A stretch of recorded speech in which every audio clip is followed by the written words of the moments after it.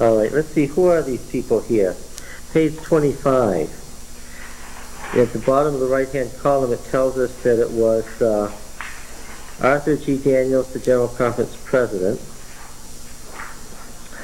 G.B. Thompson, Field Secretary for the General Conference, F.M. Wilcox, the editor of the Review, M.E. Kern, formerly President of the Foreign Mission Seminary, now Columbia Union College, W.W. Prescott, formerly editor of the Review, then Field Secretary of the General Conference, who had a major part in the revision of the book, The Great Controversy in 1911, H.C. Lacey, religion teacher at the Foreign Mission Seminary, W.E. Howell, editor of Christian Educator, W.G. Worth, a religion teacher at Pacific Union College, later CME, M.C. Wilcox, book editor of Pacific Press, A.O. Tate, editor of The Sign, C.M. Sorensen, history teacher at EMC, Charles S. Longacre, secretary of the Religious Liberty Association, and lately just having arrived from South Lancaster, W.H. Wakeham, Bible teacher at EMC, J.N. Anderson, Bible teacher at Washington Foreign Missionary Seminary, Clifton L. Taylor, at the time from Canadian Junior College, of course the name connected to Lancaster through most of his life, L.O. Cavanis, associate editor of the Review, T.M. French, head of the School of Theology at EMC. So these are mostly the people who speak here. Now, just in the right-hand column in the middle there, he points out, Dr. Paris points out, the record of the 1919 Bible Conference was lost until December 1974, when Dr. F. Donald Yost found packages wrapped in paper at the General Conference. Packages contained 2,400 pages of typewritten material transcribed from stenographic notes taken at the conference. It seems the tragedy of this material was not made available to evidence teachers. I think that's absolutely true. And as you read, did you get the idea that Elder Arthur Daniels, the General Conference President, was trying to push a particular idea on anybody?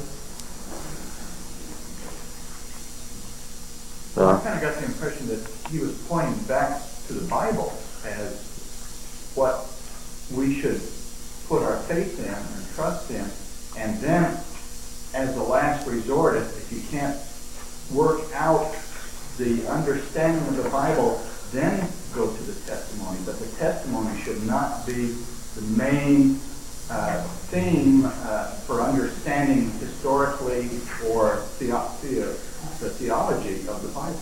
Did you get the impression that he was reacting? Yes. I did. Yes. Yeah. What had he been charged with, obviously, here? Which ideas was he being accused? He thought that I didn't give specific ideas, but he was feeling that some of the brothers thought he was kind of found there. Well, yes, Mrs. White had said that, but that wasn't the issue. That was a spiritual issue. What was the idea that he had? Brother, what did you say? I thought that he did not believe in himself. Yes, that's what he had been accused of. Yes, okay. Now, you can tell the hesitancy with which he approaches this topic. You can tell that he knows that no matter what he says, he is probably going to have a problem. But he has a problem already. That's why we have the Bible conference being held. Let's review the situation that had created the crisis that caused the conference to be called. Can you tell me what were the various elements that had created the crisis that made this necessary?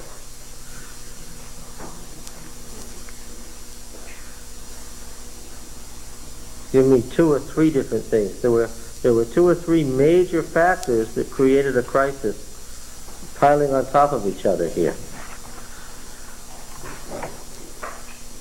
One was obvious, and that was the appearance of fundamentalism as a formal system.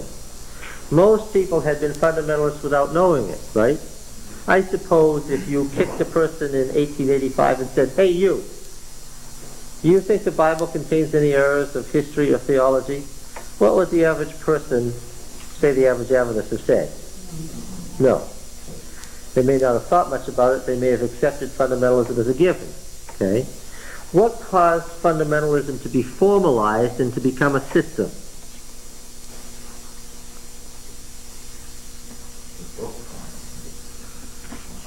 Somebody give this to Don. Don, we're in the middle of something that you need a copy of this for.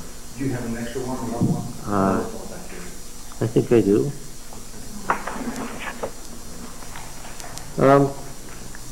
Again, anyone can tell me what caused this fundamentalism to become this formal system?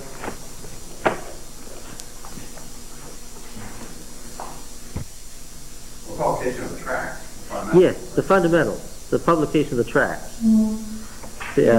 By 1912, the whole series of tracts had been published as the 3-volume series, the Fundamentals. And of course, then we have the Scopes trial. That brings to fore what is fundamentalism. Of course, it was the growth of liberalism and liberal German theology and higher criticism that had created this backlash in the first place. You understand? Liberal German theology had been permeating American universities since the 1830s. But by the 1880s and 1890s, it was really getting down into the pew.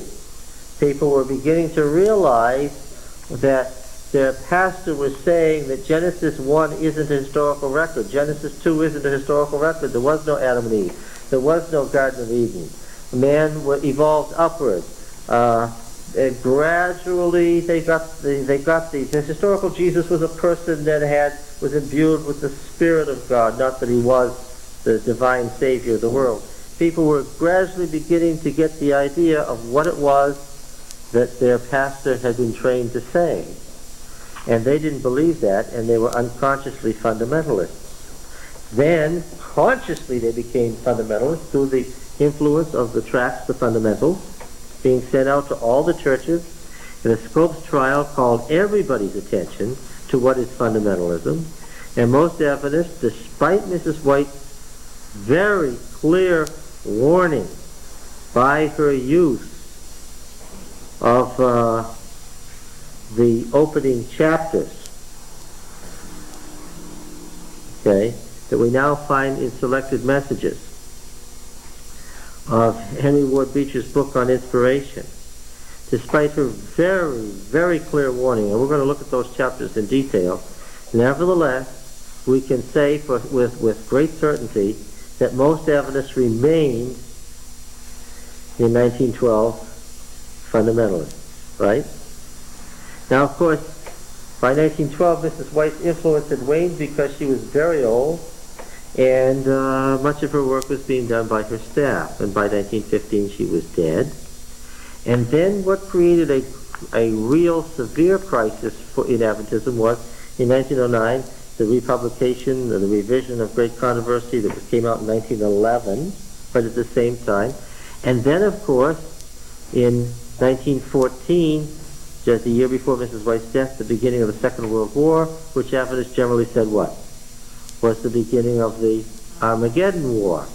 And in 1918, the war ended completely differently than Adventist preachers had been holding public efforts saying this is the end of the world everywhere, and it went down the tubes. Now, if you've brought a lot of people into the Adventist church because the world's about to end and this war is the last war, and then the war ends, you have a lot of explaining to do. The immediate cause of the 1919 Bible Conference was the end of the First World War in 1918. The peaceful end of the First World War. Folks thought that Mrs. White had said that this was the war that would bring about the end of the world. They thought that's what she had said. They further thought, on the basis of what they understood to be interpreting principles of Bible prophecy, that there was going to be a physical, literal war, general war between the nations of the earth that was part and parcel of the end of the world. Okay? And they were sure that that was the war. If you actually look at evidence eschatology as described by Mrs. White, there isn't any general war in the picture at all. Are you aware of that?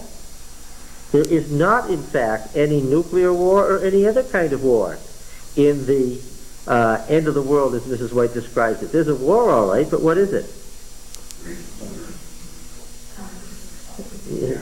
It's the spiritual battle between the truth and falsehood about the three great deceptions. Yeah. But not, in fact, you couldn't have a worldwide war between good and evil if there was a political war going on. Right? Because you couldn't make every nation in the world persecute God's people at once if you had the world divided. Isn't that true? Yeah. Now, so, where had the brethren gotten these ideas? Well, they had gotten them from dispensationalism. Dispensationalism had been the interpreting principle of Catholicism since the Council of Trent, the famous Counter-Reformation Council in the late 16th century. You see, Catholicism at the time of the Reformation had a problem. Luther had identified the papacy as the little horn. He said the little horn of Daniel was the papacy. Not Antiochus Epiphanes, the papacy. He said the evil king who was to rise in Daniel was the papacy. Okay? Now, this so influenced Protestants and colored the argument at the time of the Reformation that Catholicism had to answer the question, what is the interpreting principle of Bible prophecy? How shall we deal with questions like, who is the little horn of Daniel 8? And is it the papacy or the popes? All right? Many evidence today don't realize that this was the center of the argument, and it made a great problem for Catholicism. So the Council of Trent was called the Great Counter-Reformation Council, which every evidence should be aware of. And that council, which met for nearly 40 years in continuous session, came up with some interpreting principles on how you're going to interpret Bible prophecy. And these interpreting principles became the basis of what we call dispensationalism. Okay. The church doctors held the following, and take notes and learn it, because it's going to be the center of the issue here. They held that Bible prophecy, and this is going to fall right into concepts that are right in the Adventist Church today.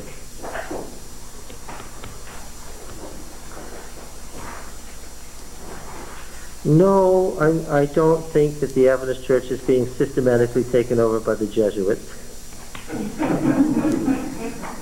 I do think that a lot of wrong ideas, some of which began in the Counter-Reformation, are floating around right in Adventism.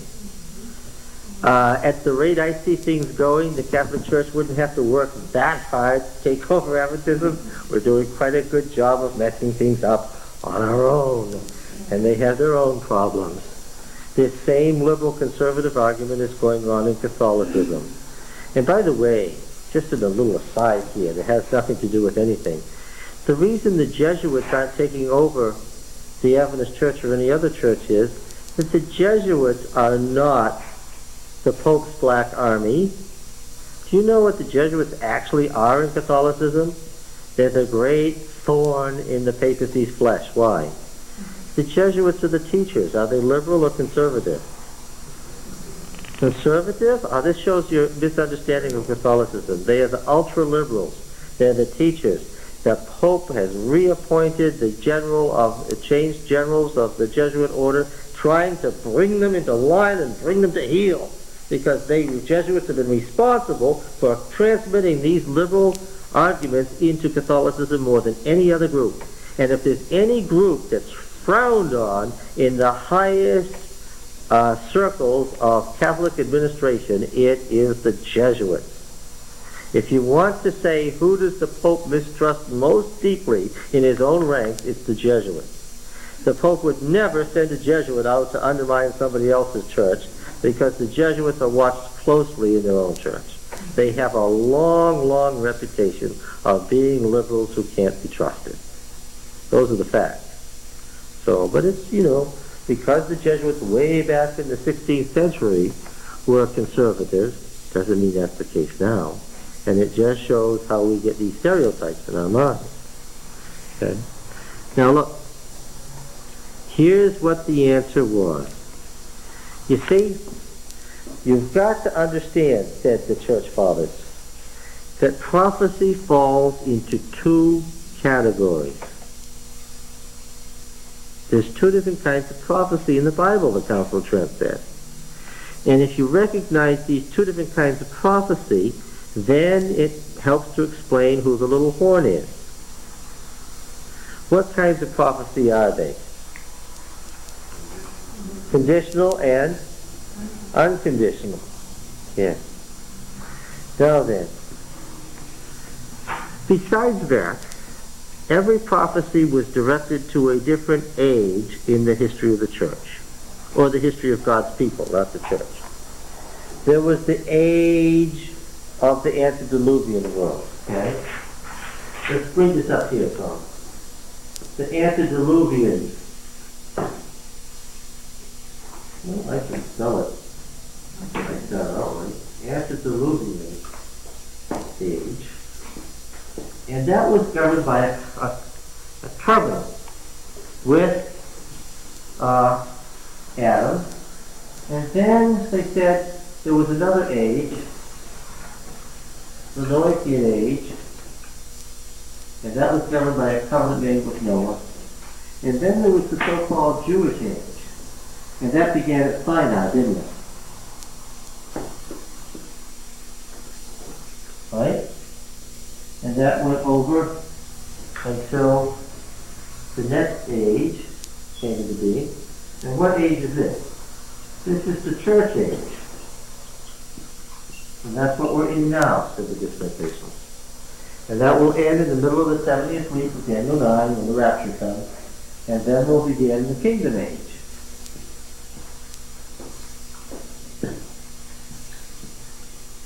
Now, the Dispensationalists hold that most prophecies are in fact unconditional. That most prophecies found in the Bible are unconditional. I don't have another one. That most prophecies are in fact unconditional. And most prophecies that we have any interest in are, I'm going to keep you busy on this one, up and down. Bring it back over here. Most prophecies that we are interested in the Old Testament were made during the Jewish age. Okay? So they either apply to the Jewish age, or if they're about the Jews in Israel, to some other time when the Jews have a chance, which is not right now during the church age. So, if Ezekiel, stay right on this, if Ezekiel should say that there's going to be a temple rebuilt in Jerusalem where sacrifices are going to be offered, Ezekiel 40 to 48. It turns out that that temple is going to stand forever. Clearly, dispensationalists say this was written during the Jewish age, but it turns out not to be the temple that Ezra and Nehemiah oversee the rebuilding, because that didn't last forever. It turns out not to be the temple that Jesus was in. So if it wasn't fulfilled in the Jewish age, then the principle of dispensationalism is, where will it be fulfilled? It's not going to be fulfilled during the church age, because that's the time when all these things that have to do with Israel don't apply. So when will it be fulfilled? In the kingdom age. In the kingdom of the age, there'll be a restored Jewish kingdom on earth, populated by 144,000 righteous Jews. Okay? And where will the Christians be? They'll have been raptured away to heaven. Okay? Now then, if Ezekiel says in Ezekiel 38 and 39 that a great invasion is coming down from the north, and that the wicked are going to be destroyed on the mountains of Israel, if that hasn't happened yet, then what? Then it will happen in the kingdom of age. That's when Russia will attack modern Israel. Okay? So, the principle is, every prophecy written in the Jewish age is by its definition an unconditional prophecy, and will be fulfilled. Every prophecy, I'm going to say it again, every prophecy that was written during the Jewish age, and that's the prophecies of the prophets of the Old Testament, every prophecy that was written during the Jewish age is by definition unconditional. And it will either have been fulfilled in the Jewish age, and you can look right back and see if it was, or if it wasn't, when will it be fulfilled? It will be fulfilled in the kingdom age. Now look, this lets me know that the little horn of Daniel is either something I will look for fulfillment where? In the Jewish age or in the kingdom age, and not in the church age. Therefore, I know by definition that the little horn can't be the papacy. Why? Because these prophecies don't apply to the church age. Therefore, the fulfillment of the little horn prophecies is either the Greek king Antiochus, which is in the Jewish age, or the Antichrist who is to come in the 70th week, which is the beginning of the kingdom age, but not during the church age. Yes? How do they justify skipping over the church age like that? Yes. How do you just apply these to the past or the future, but not to the church age? By the way, what's the technical name for applying all these prophecies to the past? Preterism. Yes. You can see the base of the word, pre-terra, happened on earth in the past, terra being the earth. Preterism is that it's happened in the past. That's when we apply it to the Jewish age. What do we call the interpretation where we apply it to the kingdom age of the future? Futurism. Okay. These are two kinds of application that dispensationalism makes. Why do we call it dispensationalism? Because these different ages are also called dispensation. So the dispensationalist is one who believes that there were different dispensations or ages in which God's method of salvation was different for each dispensation. For instance, the dispensationalist would say that one was saved in the Jewish age by works of the law. That was God's method of salvation in that dispensation. How is one saved in the church age? By grace. Okay?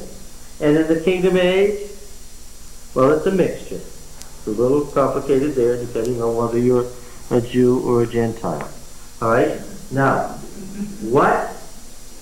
how do we justify applying these prophecies here and here, but not here? Well, this is where the famous gap theory comes in. Okay? Between whether you go to preterism or futurism, there's a giant gap called the church age, and that's called the gap theory.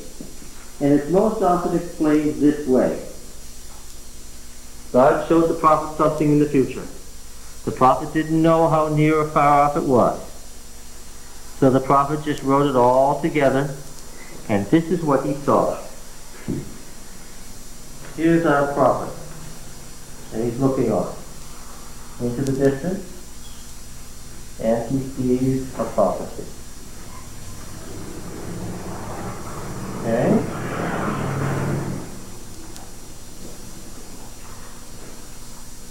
He sees this point of fulfillment, and he sees this point of fulfillment, and there's a giant valley in between that's 20 miles long, but how does it look to the prophet?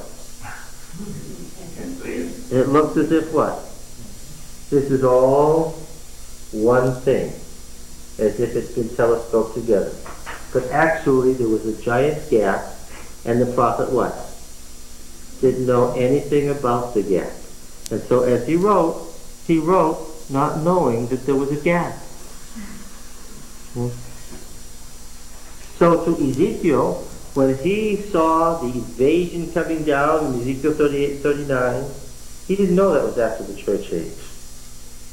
When he saw the temple standing forever, he didn't know it wasn't the temple at the end of the Babylonian exile. It's actually the temple that's going to be built at the end of the church age. But he didn't know that. Why did he say it? He didn't know it. There was a gap. And this gap was an unrevealed mystery. I'm quoting now exactly. An unrevealed mystery. Okay? Therefore, we know. We can tell when a prophecy is going to be fulfilled by looking for its fulfillment. If the prophet says Nineveh is going to fall, and it's already fallen, then we know we won't have Nineveh to deal with in the future. Okay? If the prophet says the temple is going to be rebuilt and stand forever, and that hasn't happened, then what? Then we know that it will be fulfilled in the future in the kingdom age, here on earth. But every prophecy, every prediction will meet its fulfillment. Otherwise, what? God would be a liar. Because the principle is that all Jewish age prophecies are unconditional. This is part and parcel of fundamentalism, isn't it? You see how fundamentalists would pick up on that? Because the fundamentalists, if you said, would God lie? What would a fundamentalist say? Of course not. If God says this is going to happen, brother, then what? Then it's going to happen. You see? That'd be a very typical kind of fundamentalist argument. I want to make sure you understand this. Is this clear? You know, I'm reading from the Harper Study Bible, which has dispensationalist notes in it. Let me take an example. Daniel 9, it has some notes in Daniel 9.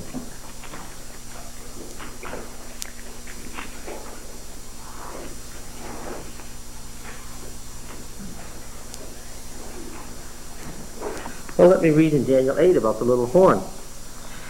This is his note. Now, this is a Protestant dispensationalist, an ultra-conservative, we call a fundamentalist, writing. In chapter 8, Daniel returns to the ram and the he-goat vision, which represents the second and third of the four great kingdoms. They have been spoken of as the bronze and silver kingdoms of chapter 2 and the bear and leopard kingdoms of chapter 7. The two kingdoms here in view are the Medo-Persian and Greek. The little horn here is identified by some as Antiochus Epiphanes, who in 168 profaned the Jewish temple and sought to stamp out the Jewish religion. They also hold that Antiochus was a type of the final world dictator, the beast of Revelation, who is yet to come. For this reason, both Antiochus, the type, and the beast, the antitype, are called by the same name, the little horn. And here's where typology came in, and why we have to be careful with type and antitype. Because this point is what? This is the type, and this point over here is what? The antitype. Yeah. And so when we talk about type and antitype, we better be very careful, because that's not necessarily what our conservative Protestant friends think we mean. Now, Daniel 9. This is on the prophecy of the 70 weeks. The prophecy of the 70 weeks has been variously interpreted. One conclusion seems self-evident. Each week or heptad must be a period of 7 years, or a total of 490 years. Daniel divides this period into three parts. The first has 7 weeks, or 49 years. The second has 62 weeks, or 434 years. And the third has 1 week, or 7 years. Some interpreters, he's speaking of evidence here, listen carefully. Some interpreters hold that the entire 70 weeks were to follow one upon another without interruption. Yes, that would seem to be the case. Yes, that's the way it's written. Some interpreters hold that the entire 70 weeks were to follow one upon another without interruption. This interpretation, however, encounters the difficulty that according to the Hebrew text of verse 25, there are to elapse only 69 weeks, after which time, according to verse 26, the Anointed One is to be cut off. Moreover, a full 490 years can hardly be made out between any of the eligible decrees, 538, 457, or 445, and the cutting off of the Messiah. Others hold that 69 weeks only were fulfilled by the time the Anointed One was cut off at Calvary, and that the last week belongs to the period of the Great Tribulation. The early church fathers held this view. Did you catch that? Here's a Protestant interpreter saying what? Saying that there's got to be a gap. Why? That's what the church fathers taught.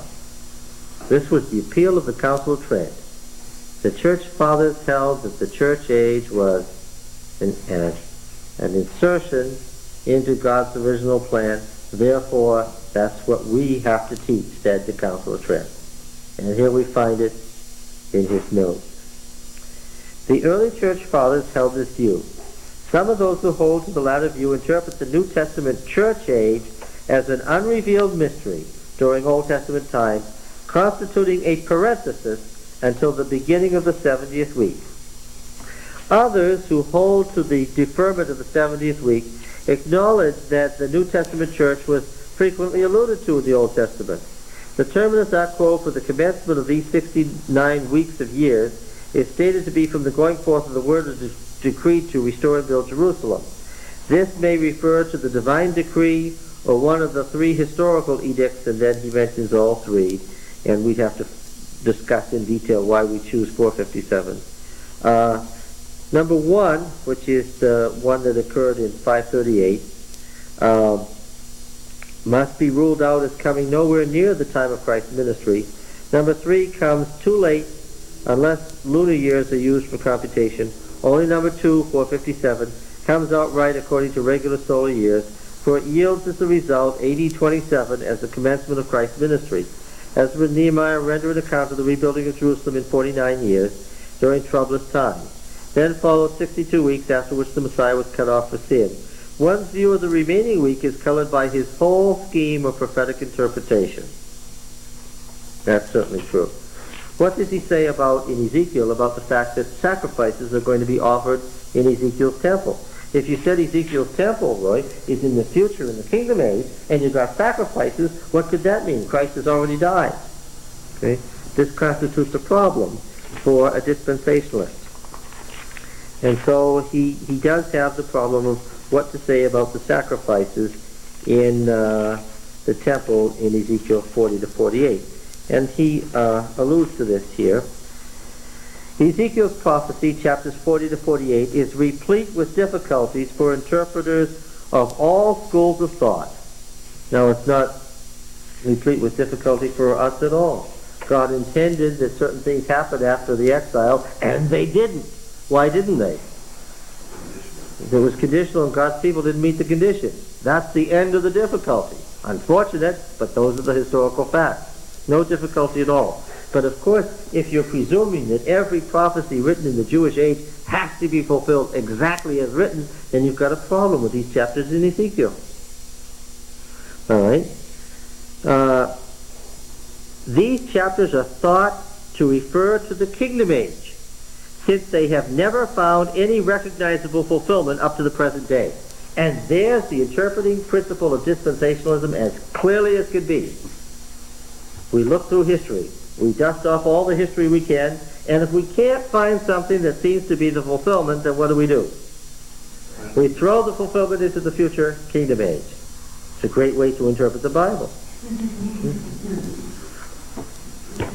Interpreters differ as to whether this prophecy is to be taken literally or figuratively. Okay, they can't figure out how this temple is going to be built literally and have all these sacrifices going on in the future. So what do you do then? Well, you make it figurative. Right? Particularly difficult is the problem of whether there will be a literal restoration of the Old Testament sacrificial offerings, which were done away with by the sacrifice of Christ on Calvary. The offerings referred to in these chapters are understood by some scholars as serving as a memorial, corresponding to the Lord's Supper of our present church age. Others, noting that the letter to the Hebrews indicates that the Old Testament sacrifices are completely superseded by the sacrifice of Christ, Consider the account in Ezekiel as a description in Old Testament terms of the principle that the blood of Christ, the Lamb of God, will avail wholly during the kingdom age. In other words, it doesn't mean what it says. Okay? This is dispensationalism. Okay? Now then, why was dispensationalism appealed to by the Council of Trent? To get the little horn away from the papacy. To put the little horn back into the Jewish age to Antiochus Epiphanes, or to push the little horn future into the Antichrist of the future. Push it backward, push it forward, but what? Push it away from the papacy. And this was the answer of the Council of Trent. This is how prophecy, predictive prophecy, is to be handled. Okay? And you get books like Hal Lindsey's The Late Great Planet Earth, and other stuff coming from the Dallas Theological Seminary that represent this. When you're looking at a conservative Protestant interpreter, the 700 Club, or anything on the Christian Broadcasting Network, Family Life Network, and they begin talking about prophecy, right away, you know what? Just listening to them, you know what? I'm listening to a group of dispensationalist Protestants. When did dispensationalism come into Protestantism? In the 1830s. Between 1780 and 1830, there were a series of Bible conferences in England and the United States on interpretation of Bible prophecy. Protestants had always been historicists, ever since the 13th century. The forerunners of Protestantism had been historicists, applying these prophecies over history. Okay? The Council of Trent brought to view dispensationalism as the answer to historicism, as the other way to interpret. Okay? Historicism places the fulfillment all the way along the stream of history, in the past, in the present, and the future. Are we preterists or are we futurists? Well, both, because historicists say that some of these prophecies were fulfilled in the past, some are being fulfilled now, and some are to be fulfilled in the future. So we, as historicists, stretch the whole thing out. There was a time when all Protestants were historicists. Now listen carefully. Now, no Protestants are historicists, except Seventh-day Adventists. No Protestants are historicists anymore, except Seventh-day Adventists. All Protestants have become dispensationalists. Yes? I just wonder about there's some of those people around, like Westminster Theological Seminary in Philadelphia, the covenant theology people. Yeah. Well, that's just dispensationalism, different covenants. Well, okay, some of them I think would question a lot of ideas of dispensation. Oh, they're just trying to make it more palatable. They still have the same interpreting principle. That covenant theology is a way of dressing up dispensationalism in a more consistent manner than this bald-faced, let's see if we can find a... it's crude. Dispensationalism is crude. Covenant theology is a more sophisticated way of saying the same thing. Yeah. All right. Now, yeah. Under the influence of John Nelson Darby, a name that you should know well, John Nelson Darby, he was an English missionary to Ireland who wrote books. You'll notice we say Darby, although it looks like the half Ruby. John Nelson Darby was a Protestant missionary in Ireland in the 1830s, and he wrote books. And he was a very successful Protestant missionary in Ireland. One of the few successful Protestant missionaries in Ireland. Protestantism in Ireland, which does exist, owes its influence and origin largely to John Nelson Darby. Darby accepted dispensationalism.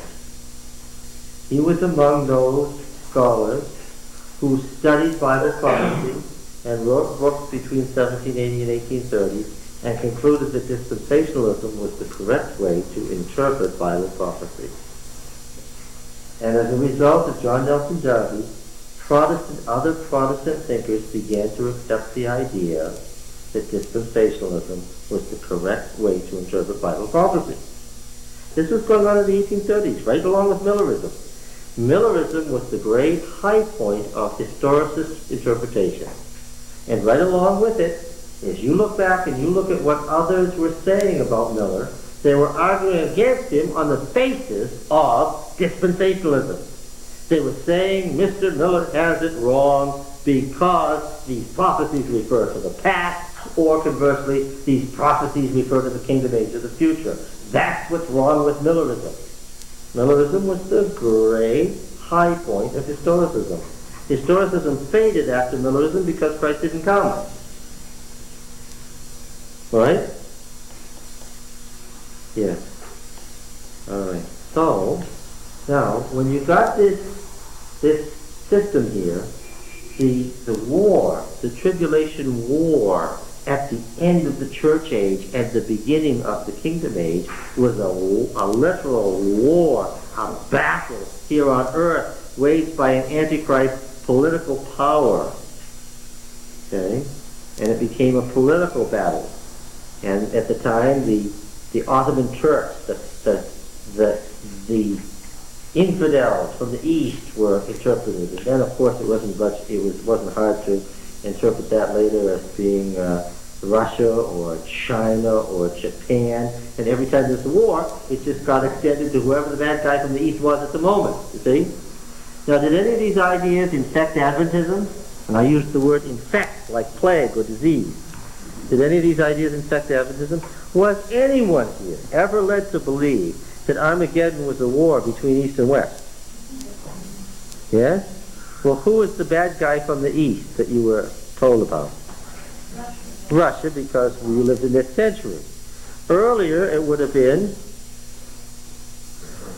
Germany and the Turks, because the Turks were allied to Germany in the First World War. And earlier than that, the Ottoman Empire, fighting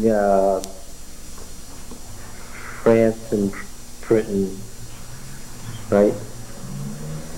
In that war, those Napoleonic wars with the Ottoman Empire, I'm sure you all know that the Parthenon was almost in perfect condition until it was blown up during the war between the European powers and Turkey, right? Yes. So this political battle business owed its origins to the wrong places. And here, this came out in the 1830s. And here Adventists were in the early 20th century saying that Germany and Turkey were the bad guys from the East. This was the beginning of Armageddon. But then the First World War ended without Armageddon having occurred.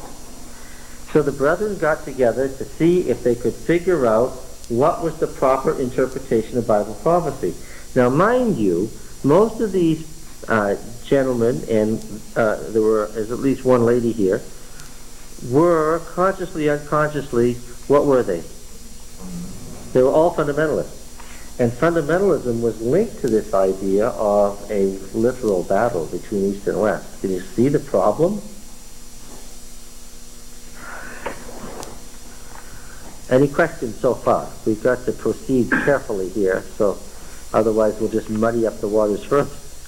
Germany and what's being from the East, I mean, that's the Western European company. Yes. How on earth do you get Germany as the bad guy from the East? Actually, the kings from the East aren't bad guys in Revelation 16 anyway. The kings from the East were Cyrus and Darius, who destroyed Babylon. Okay? It's a symbol of the fall of Babylon, but I suppose if you're off on a misinterpreting principle. Look, Germany was allied to Turkey, and Turkey was the bad guy from the East. Later on, Germany was allied to Japan. Japan was the bad guy from the East.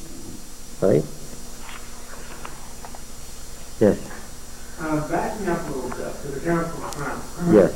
When the Council wanted to shift emphasis away from the papacy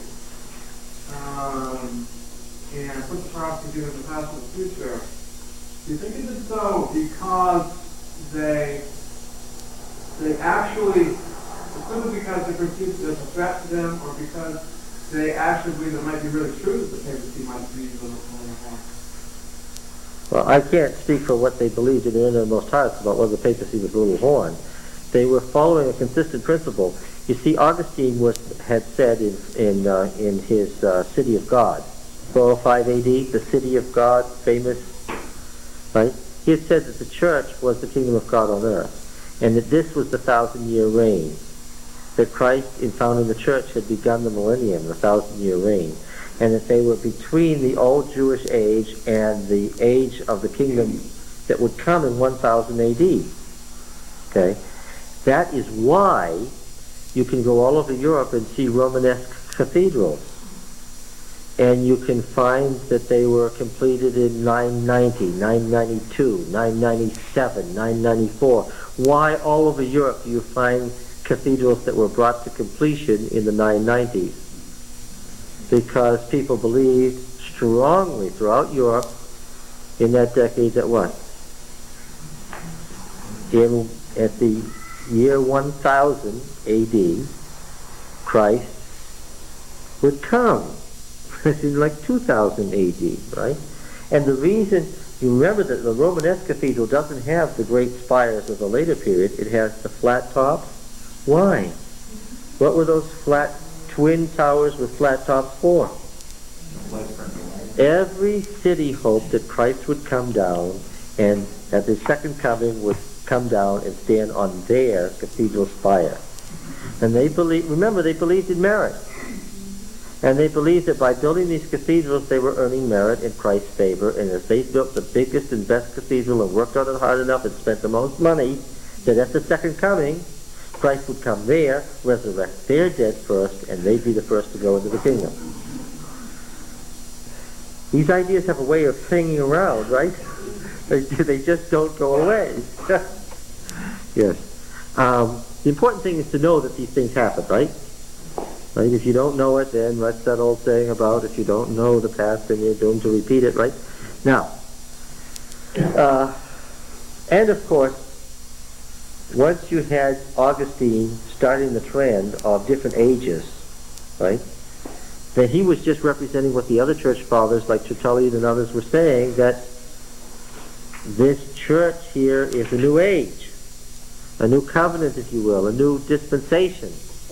And so when the Council of Trent got together, they were being consistent because what did they always say? What had they always said, Ed? Catholicism had always said that truth came from two sources, the Bible and the Church's interpretation of the Bible.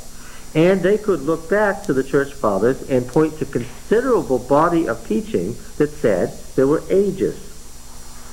And so what the Council of Trent did was really refine and state explicitly what was already implied in the writings of the Church Fathers. You know that you can go to the library and see the works of the Ante-Nicene Fathers is this big, and the Post-Nicene Fathers is this big, the 60 volumes. We have them in the library. If you want to consult the Church Fathers, there's plenty of, it's very laborious and huge task, but you can find out what they taught about interpreting Bible prophecy, and the Council of Trent was consistent. So, at least let us say that Catholicism was consistent on this point. Of course they considered the Lutheran teaching that the papacy was the little horn a real crisis. So it had to be answered, and answered quickly. All right. Anything else before we go on? Okay. All right. John Nelson Darby, the Great Powers Court Conference in Ireland, south of Dublin. The argument between dispensationalism and historicism. The fading of historicism because Christ didn't come in 1844. The rise of dispensationalism. And by the end of the century, the almost universal acceptance on the part of the conservatives, by which I mean fundamentalists, of dispensationalism was a foregone conclusion. Right? So, it met with plenty of approval when Adventists said, this is the beginning of the Armageddon War. Were they alone? No, because since all Protestant fundamentalists were dispensationalists, how many folks are saying that this war here is the beginning of the end of the world? The whole conservative wing of the Christian church said this is it. What did the German liberals and their followers think?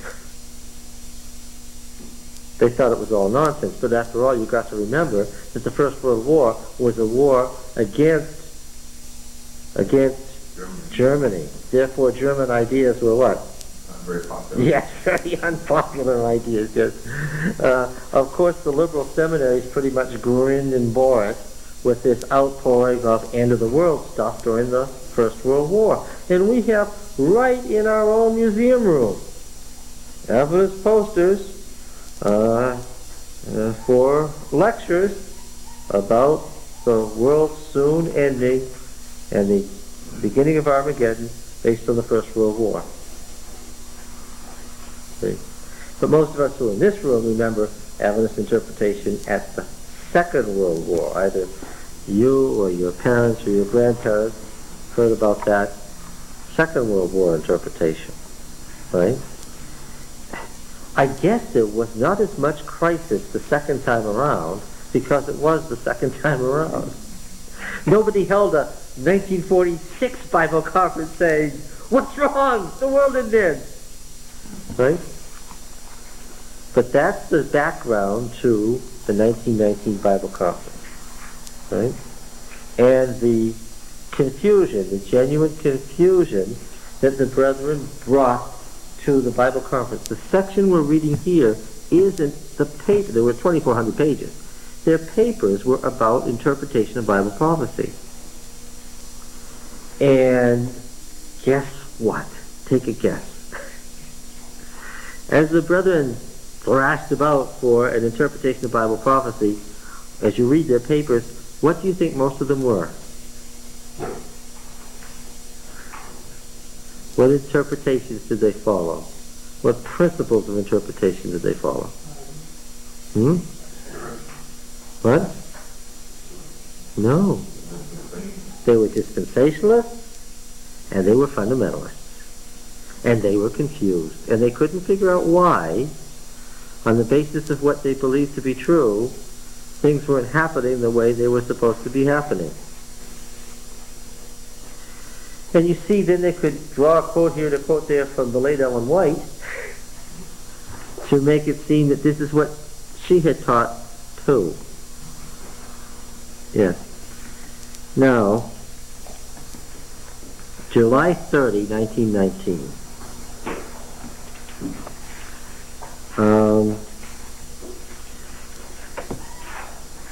Why would Elder Daniels have been questioned about whether or not he was a Spirit of Prophecy man in the first place? Who would have been questioning him on such a thing? When he said, now we mustn't take every statement in the Spirit of Prophecy as an absolute. Why did that cause some of the brethren to stiffen their backs? Because what? Because the brethren were fundamentalists. And if Mrs. White said it, then what? I told you, and we're going to see it in here, when they added the word alone to the statement that that Babylon does not refer to the Roman Church, and they added the word the Roman Church alone, can you imagine to the fundamentalist mind what upheaval that would cause? And there were people who genuinely believed that this must have been done behind Mrs. White's back and without her knowledge. That's why she initialed every page of the revision, and why you can find either Ellen G. White or E.G.W. on every single page of the revision. Because it was believed that Mrs. White was being held prisoner by somebody, her son or somebody, who were changing her writings behind her back. Now, she had already written sufficiently about the nature of inspiration so that there should have been no problem. But we don't want to get this triumphal idea that Mrs. White was a prophet and Adventists believed she was a prophet, and so everything she said, Adventists followed. That would be a very strange form of prophecy, right? When God sent prophets to his people in the past, what happened to them? Yeah. It would be a great surprise if Adventists, unlike anybody prior in history, said, we'll listen to whatever the prophet says and we'll do it. That would have been new, wouldn't it? Now, Elder Daniels was under considerable pressure to do several things. First of all, to get a straightened out interpretation of prophecy.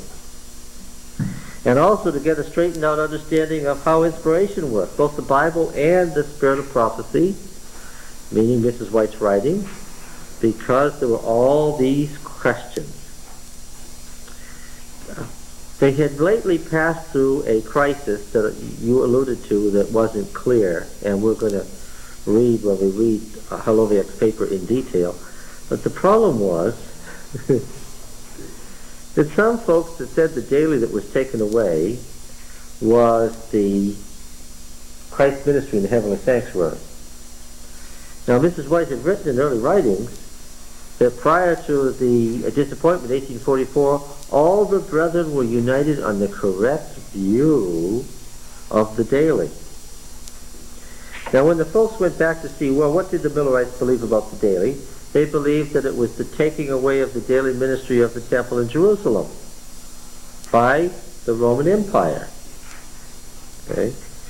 Now, since Mrs. White had mentioned that in passing in early writings, and now some folks said, no, that isn't what it was. It wasn't the taking away of the daily ministration in Jerusalem temple by the Roman Empire. It's the taking away of Christ's ministry in the heavenly sanctuary by the substitution of a false ministry in Roman Catholicism. That's what it's talking about in Daniel. That, by the way, is the correct interpretation. That's really what Daniel's talking about. But what did the fundamentalist brethren say? It can't be that. Why? Mrs. White said way back in 1854, and the thing that's now found in early writings, the brethren had the correct view of what the daily was. And this argument was fought out bitterly in the early years of this century. We're going to have the question, well, what did Mrs. White say when they came to her with this, what is the daily?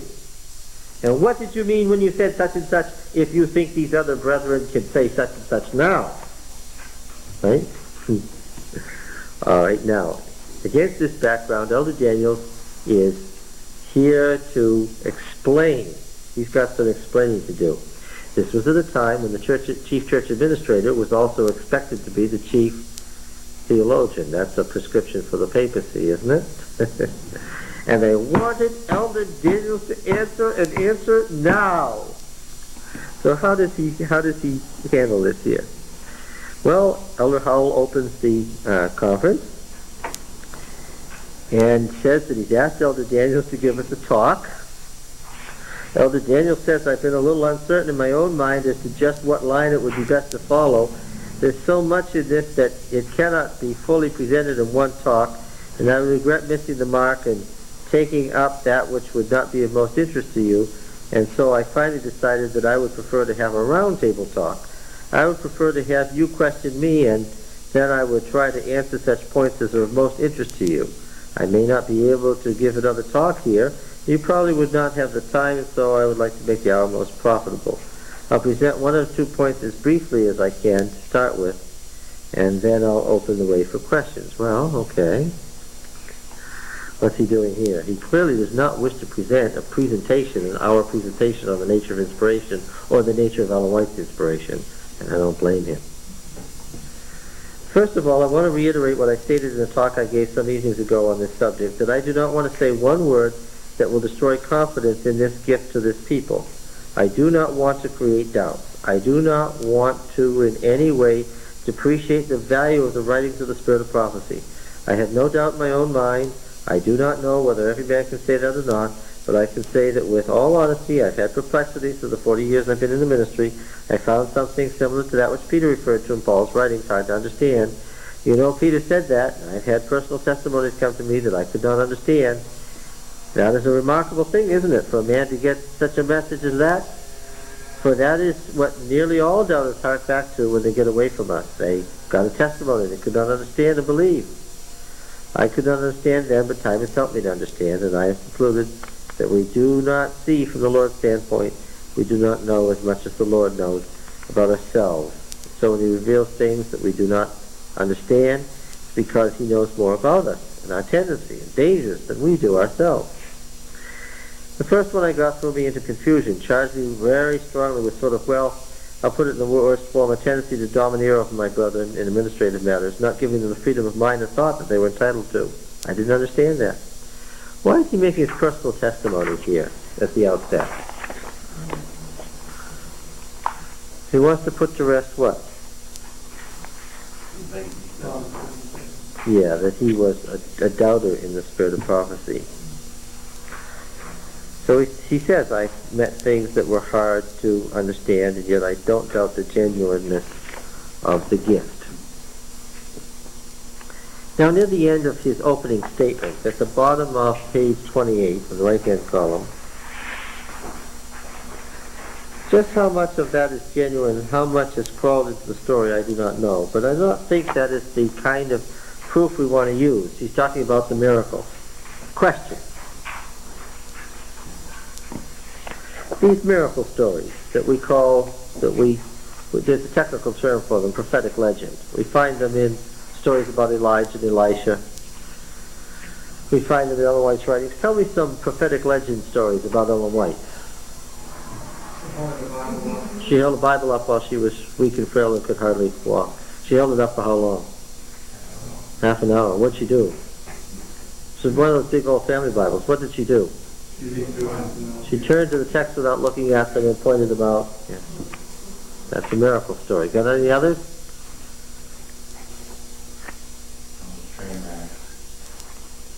Yeah, they moved just in time. What else? Pointing out where to build a certain institution or something, buying some land.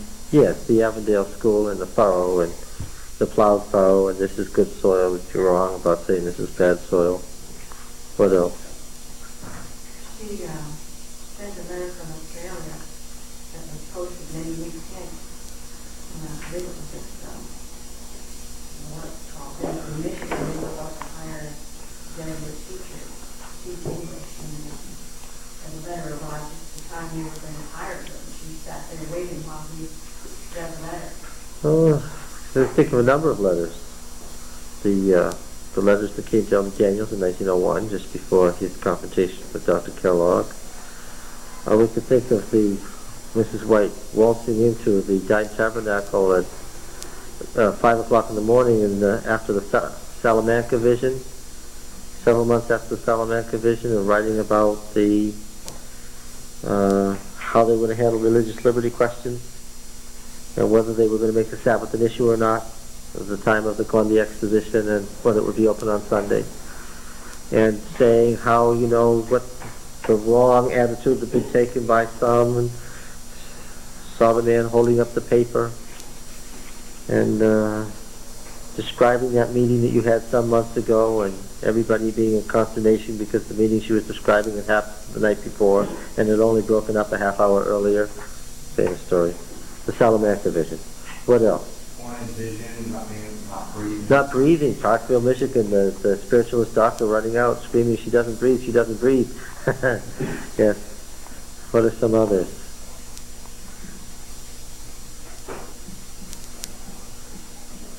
Some of them are funny. Don't give the following reproof until you hear the voice, heard the voice, and didn't know what it was all about. Man came to the Eagle Lake camp meeting. She heard the voice. Said to this minister, she had a testimony for him, which she delivered in public, that she was dismayed that he had a woman who called him husband and children who called him father in this state, and another woman who called him husband and children who called him father in another state. You just wish that you didn't get that testimony in public. Yeah, these kinds of things. He says, how much of that is genuine, how much is crawled into the story? I do not know, but I do not think that is the kind of proof we want to use. That's correct. What's the problem with miracles? They can be counterfeited. What do they prove about the genuineness of a prophet? Nothing. Nothing at all.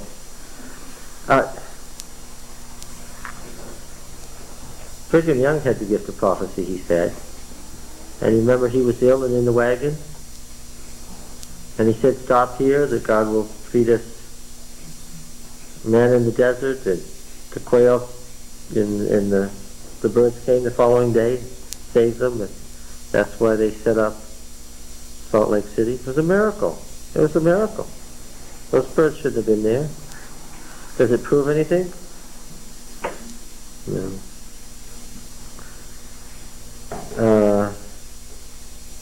And Bowman says, isn't the same thing true of the Bible? Can't you size up and believe it because of its fruit, what it does, not because of the supernatural things related in it? Well, they are related, but yes, that's true. Now he picks up the question of doctrine in the Bible, questions of doctrinal issues and so forth. Why don't you look on page 30?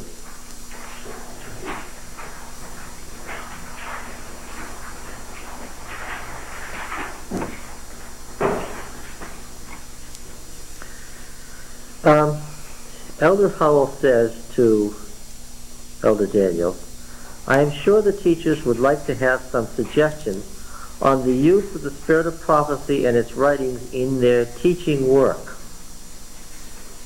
Oh, that's good. Elder Daniel says, well, give me a question that will be definite in a particular way. And Elder Taylor gives him the most definite particular question he could have asked for. If I was Elder Daniels, I would have wished that this question had not been asked.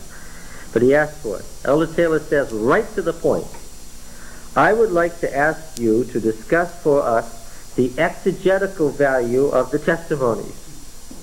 That's what this whole section on Ellen White is about, by the way. Is to answer the question, how can we use the writings of Ellen White in exegesis, if at all? That's what we're studying. I haven't given an answer yet. That's what we've been studying ever since we stopped reading Numbers. See, here's how we got onto it this class. There's no question that P says that the Sabbath was revealed to Israel when? At Sinai. When did they begin keeping the Sabbath? Well, in the Exodus, just before then. But when did Israel begin keeping the Sabbath, according to P? During the Exodus, at Sinai. Yes. And that raised what question in our minds? Didn't Mrs. White or Mrs. White, Source, G. and Andrews say what? That the Sabbath had been observed in an unbroken line from Eden to Sinai. Right? Didn't she say that? Yeah. And so did her source, G. and Andrews, on which she was drawing word for word. This raises all kinds of questions, theological and literary, doesn't it? Okay.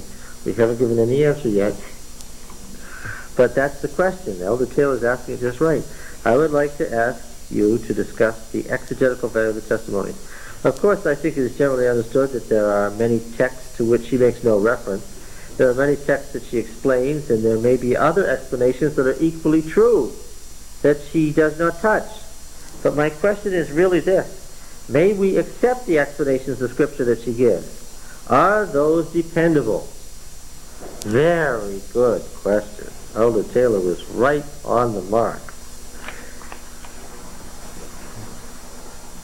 Elder Daniel says, I have always felt that they were. It may be that in some very critical matters there may be some difficulties. Now, what's the problem with that answer? That's a yes followed quickly by a no. This is the General Conference President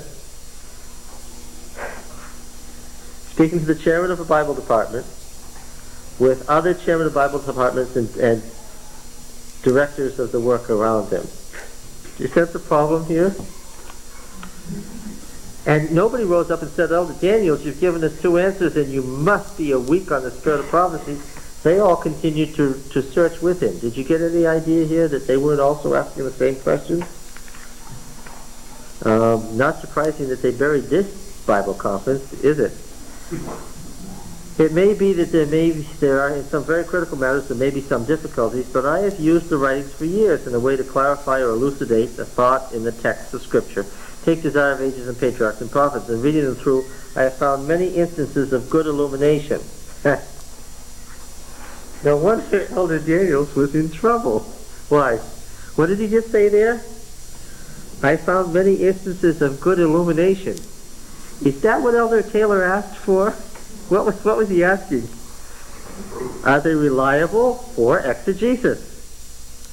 And I gather from what and that's about all he had to say, from what Elder Daniel says here, that he thinks what? Well, yes or no. I gather that he thinks, well, it depends. That seems to be his answer. Does that answer your question? Do you mean whether students should resort to the writings for their interpretation of the Bible or get additional light? That is to say, is it necessary to have these writings in order to understand the Bible? That's not what he asked. Must we go to her explanations to get meaning of the Bible?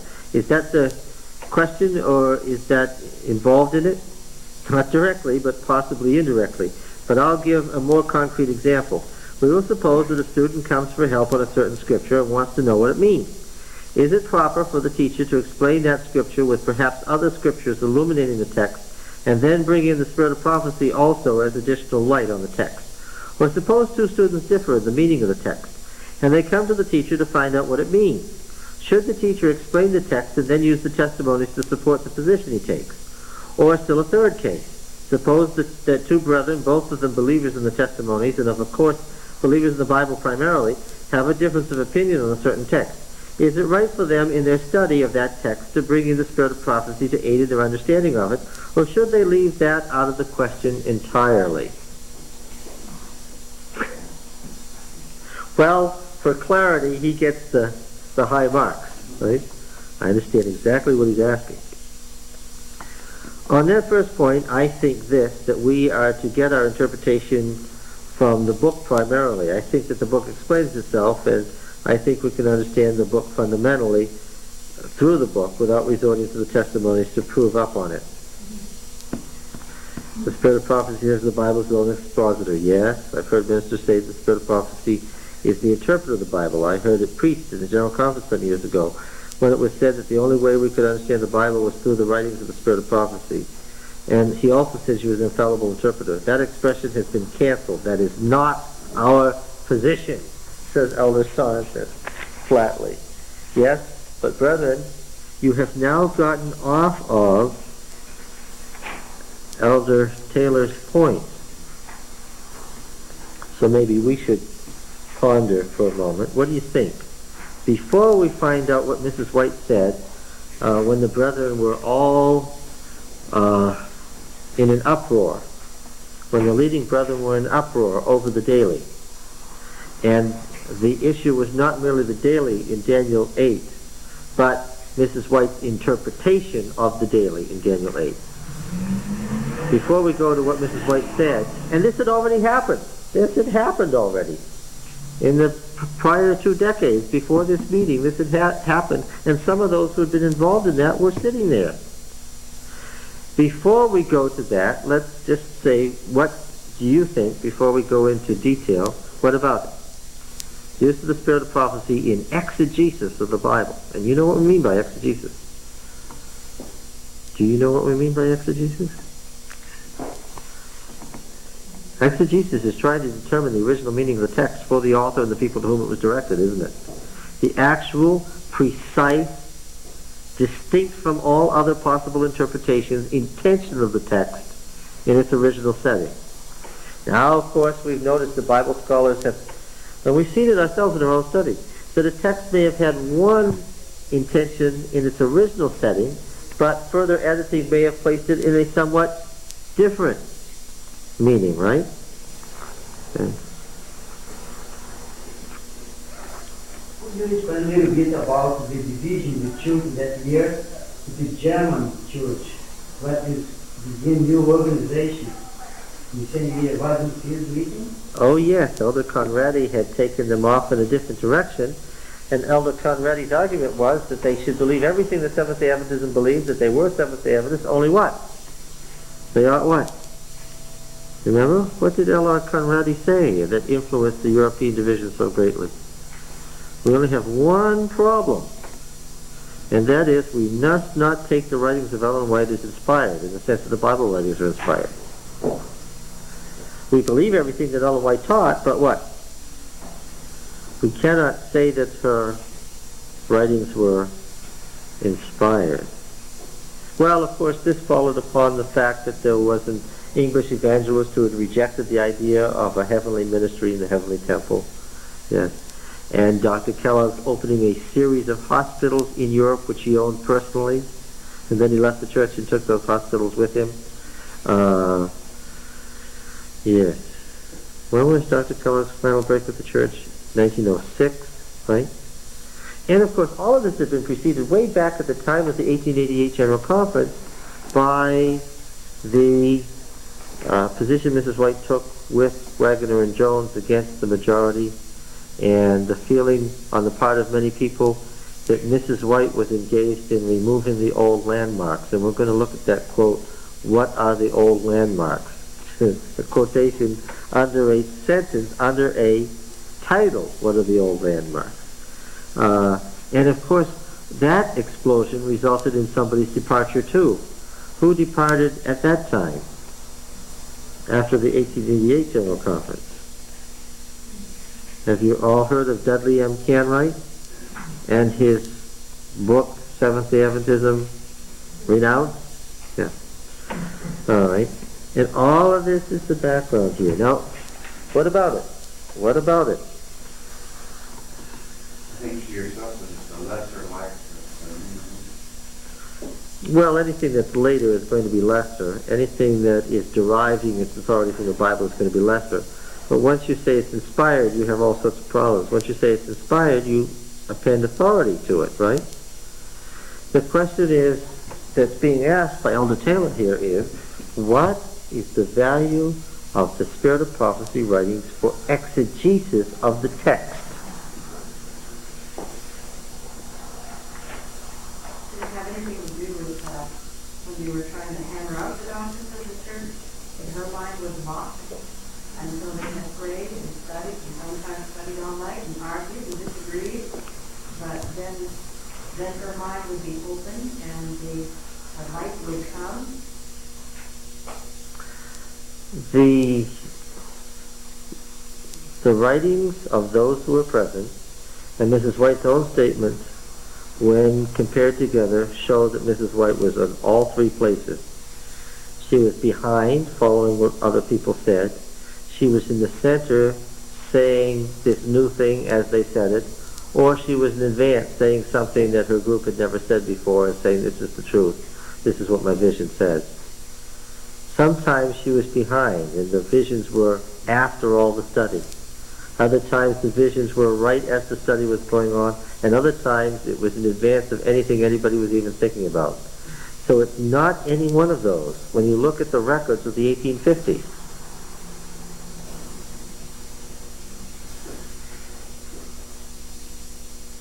It's terribly interesting to me that Elder Taylor would mention exegesis in 1919. Sounds to me like some of them didn't know what they were doing. Yes, I think That so. was the beginning of the time when the ancient world began to Yes. come alive again. In July of 1919, Albright was just getting ready to go to Palestine to work with Petrie. Palestinian archaeology didn't exist. The ancient world, the biblical world that we know so well, that seems like it's always been there, didn't even exist when Elder Taylor asked this question. That has to be taken into account. But it seems to me like the Holy Spirit wasn't working with you because they were asking questions, they were speaking for us to. Yes. Yes, I didn't get the feeling here that anybody who spoke here came to argue. I didn't get the feeling that anybody was out to grind an axe in this conference at all. They all seemed terribly open and willing to find out what was true and to agree on what was true if they could find it out. Exegesis means get out of the text all that it holds. Could somebody get out of the text all that it held in 1919? No, we frequently can't today. There's many a text we come across, and we've already seen that in our own exegesis, where we just have to let it go. Say, well, it's 30 centuries later, and we don't know yet, and maybe we never will. Okay? There are places where we just come to a blank and say, we can't do an exegesis of this text. We don't know what it means. Right? There are other places where we can say with great detail what it means that nobody could have said in 1919. Yes. Is there any reason to believe that that should be the work of a prophet anyway? He asks he asks the question. Did you hear what he said? He said, you know that it's my method to sometimes ask questions to deliberately mislead so as to poke and pick around in what you think to see what you do think and why. Elder Taylor's question, what is the value of the writings of Ellen White for exegesis? He asked the question, is there any reason to believe? Now, this is a question that could only be answered from the Bible. Is there any reason to believe that the work of a prophet includes exegesis?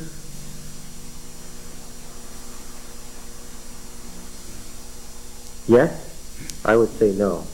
Can you think of an example where you... Some of the New Testament writers certainly did an exegesis of the Old Testament. Well, they certainly did a midrash, but they didn't... They certainly did a midrash, but which is an interpretation. But I don't know of any exegesis. What are the three ways again that you can use a text? They fall into three general categories. Can you say what they are? Number one is exegesis. Number two is analogy. And number three is homiletical usage without regard to the meaning of the text. All right. The New Testament's use of the Old Testament in hundreds and hundreds of passages that we can look at, which of the three ways does it fall into? Analogy. It falls into the second of the three ways. In fact, I can't find a single place in the New Testament where the New Testament is doing an exegesis of the Old. Exegesis is a scientific study, and it's a typical kind of interest of the 20th century. It's based on modern Western scientific thought. It's just like us to want to get at the original meaning of the text.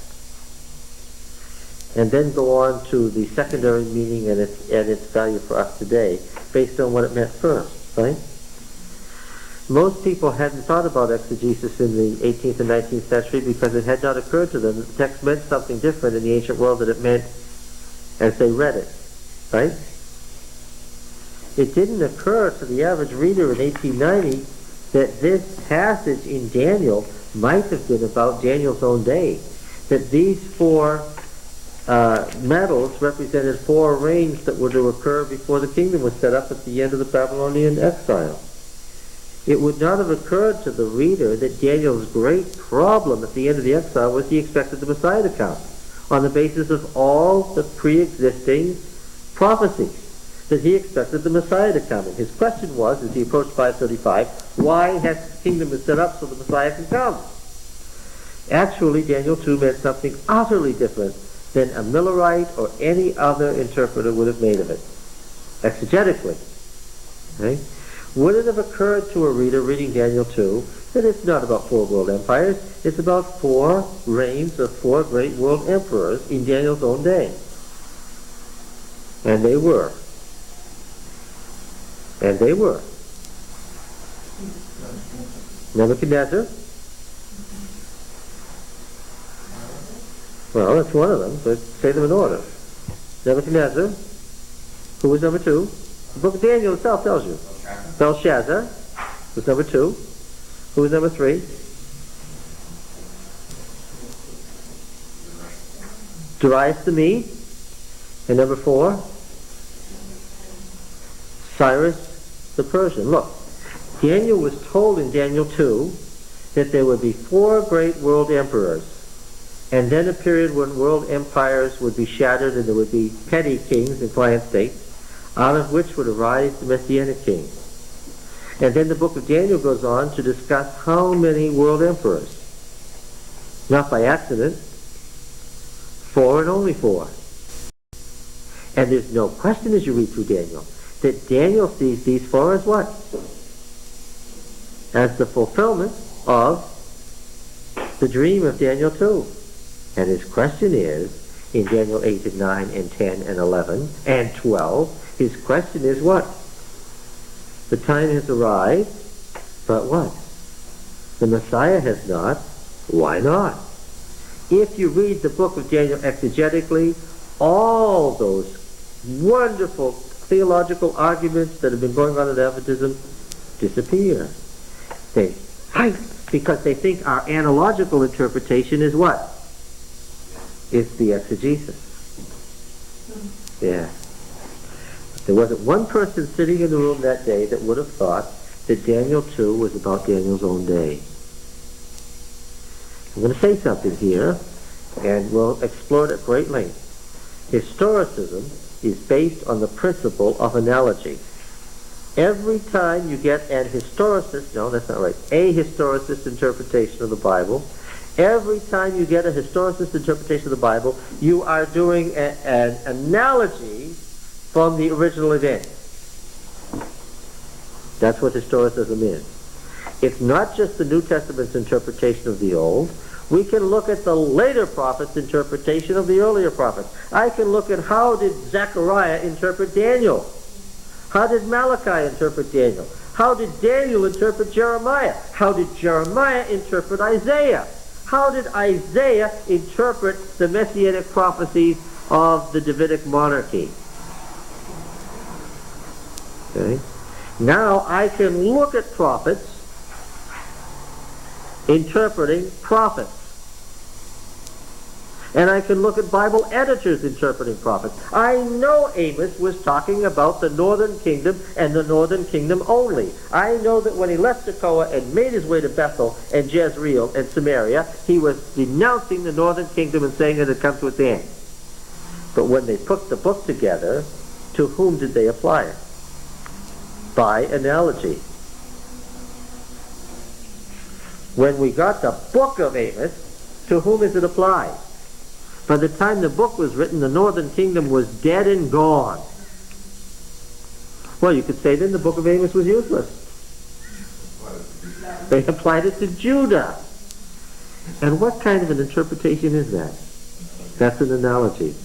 And when you take a prophecy that is something earlier in history, and you spread it out over time, and you apply it to later historical events, what principle of interpretation is that? That's historicism. Yes. And I'm prepared to show that the later Old Testament writers were consistently historicists in their interpretation of earlier writings. But when they were historicists, were they doing an exegesis? No, because the historicist interpretation is never the exegetical meaning. Clear? Now, so the question that you said, Roy, is there any evidence that the work of a prophet includes exegesis? What would I say to the answer? The answer is that there's plenty of evidence of how prophets interpret earlier inspired writings. And how do they do that? By analogy. And they analogize the meaning to their current situation. Right? In other words, this is what comes along and says, this prophecy in Joel applies to us. What's she doing? Exegetically, it does not. It certainly does not apply to us exegetically. So what do? Say, out with you, you're a false prophet. No, what do we say? We say, you know, this is what all the Bible prophets did.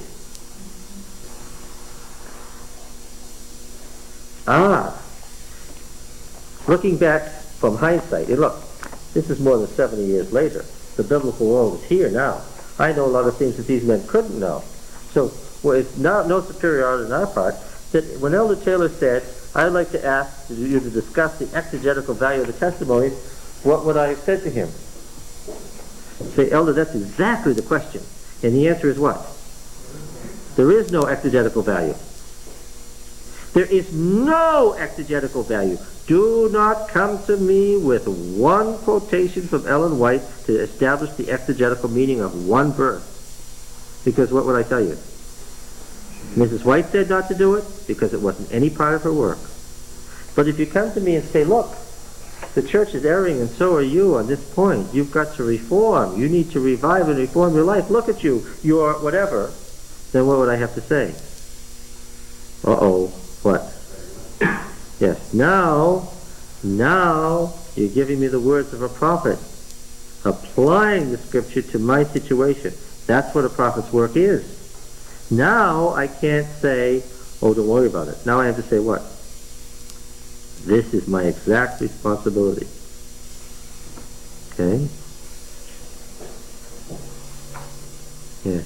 How do we align this with what Justin Ford said about her writing? It seems to me that basically his argument and his justification is throwing out the refinement and all that. Well, I never heard him say anything about exegesis, analogy, and expository or homiletical usage. I don't think he understands it. And as I read his book, where the little horn was the papacy in Daniel 8 and 9 and became Antiochus Epiphanes in Daniel 10 and 11. Say what? That tells you right there that the man has not the foggiest notion of what an exegesis is. Furthermore, as a New Testament scholar who's been reading all these British writers, he's got this idea that the New Testament interpretation is a what? Is an exegesis. And everything he wrote through that whole 900 pages convinced me that he doesn't have the foggiest notion of what exegesis is. And that's what his problem is. Did you think of the first one also? Yeah, but once you're off on the wrong foot, the principles of interpretation are the basis of everything else, right? Yeah. Now, so, Ed, the question would be, not what does Ellen White say about the heavenly sanctuary, but is what Ellen White says about the heavenly sanctuary supported by exegesis of the scripture? Right? Since Mrs. White has chosen to apply this whole message to the church today and say it's got spiritual implications that are final and determine our destiny, then we have to ask, is what she says about the investigative judgment and all that supported by an exegesis of the scripture? And if the answer is yes, then we have to say that all the things she says about this we have to take seriously. Right? Yeah. Knowing that she's applying it by analogy. Is there any question about this? This is just the very most important thing. Let's take Elder Taylor's cases. I want to take his cases. A student comes for help. This is 30 in the right-hand column. A student comes for help on a certain scripture. He wants to know what it means. Okay, now here I can ask something that Elder Taylor couldn't ask. I'd stop him right there. Wait, stop.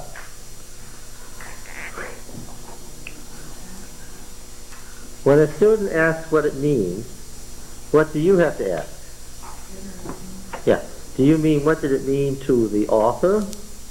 Do you mean what did it mean to Amos as he spoke? What did it mean to the people in Bethel as they listened? Do you mean what it meant to the editors in Judea who edited the book a century later? Or do you mean what it means to us today?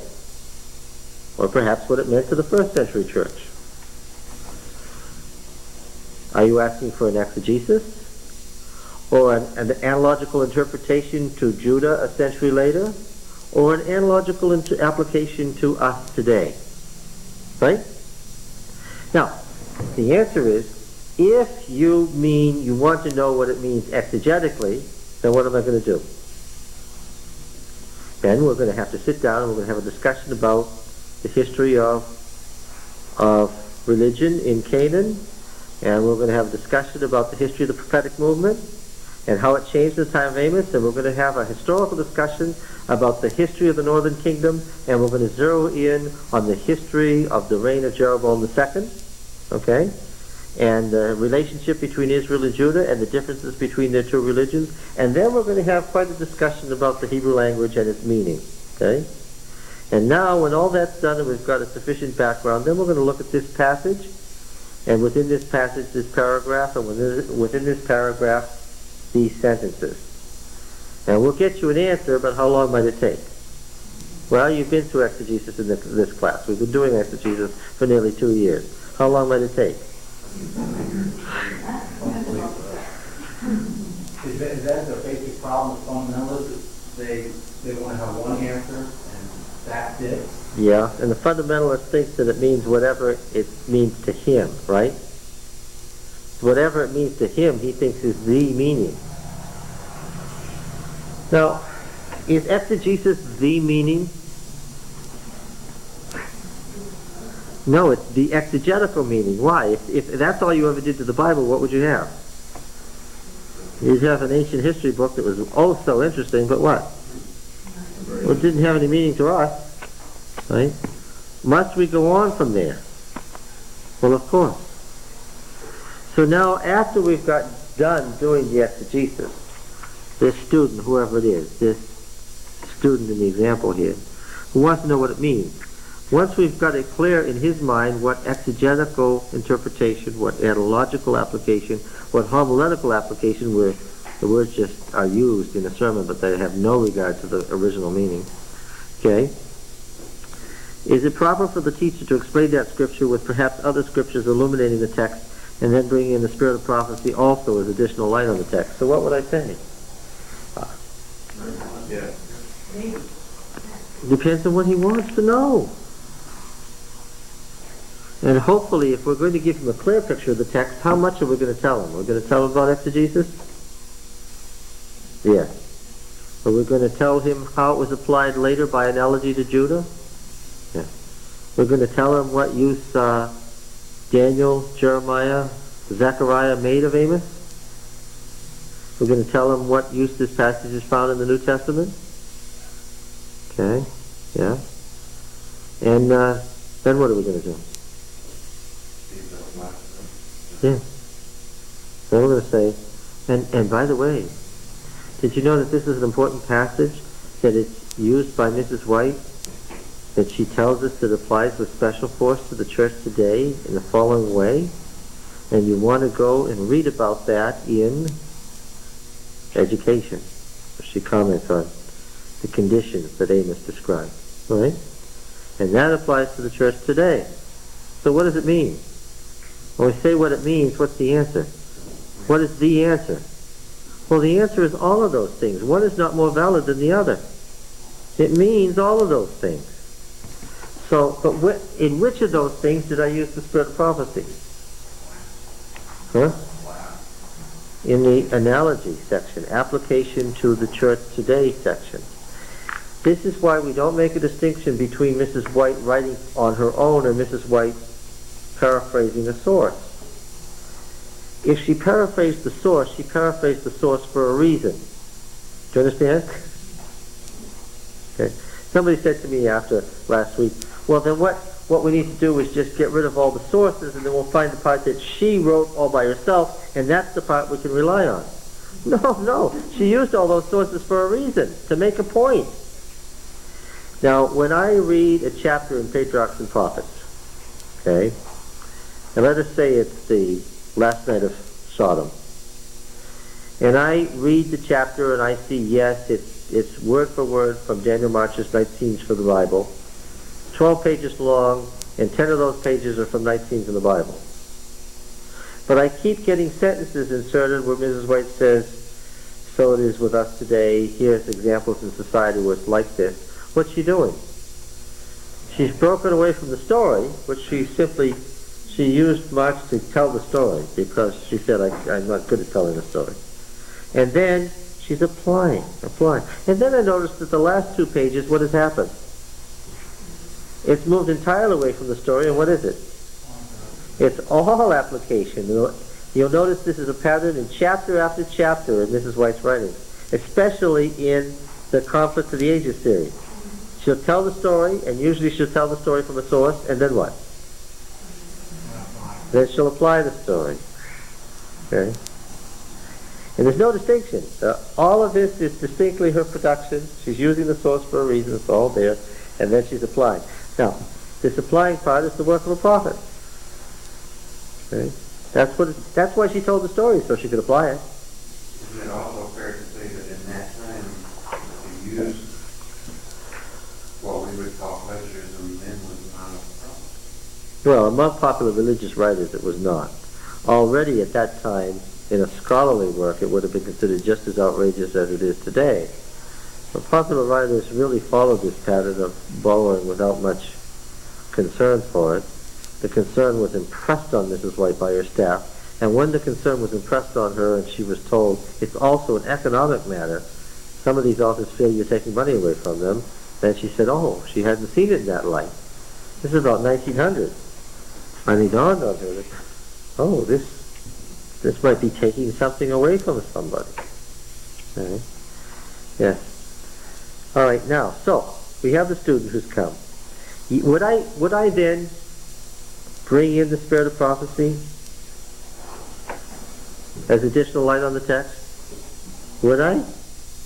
Yes, making it clear what I was doing and why. Would I bring it in such a way as to make the student think I was doing an exegesis of the text? Mrs. White said never to do that. Okay? All right.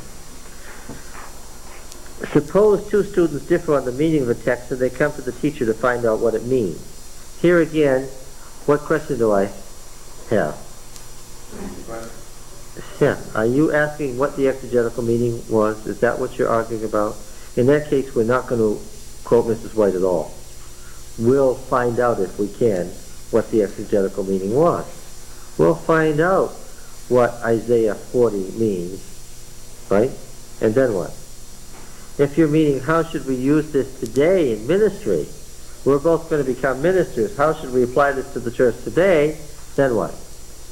But we're going to say to the ministerial student, do what first? Before you do anything else, before you tell people what a text means, do what first? Do an exegesis of the text. Make sure you know what it really was talking about. Then what? Then if you want to apply it to the church today, after you clearly understand the distinction between what it was talking about in its original setting or what you're doing now, and making sure that you make your church members understand the difference, now what?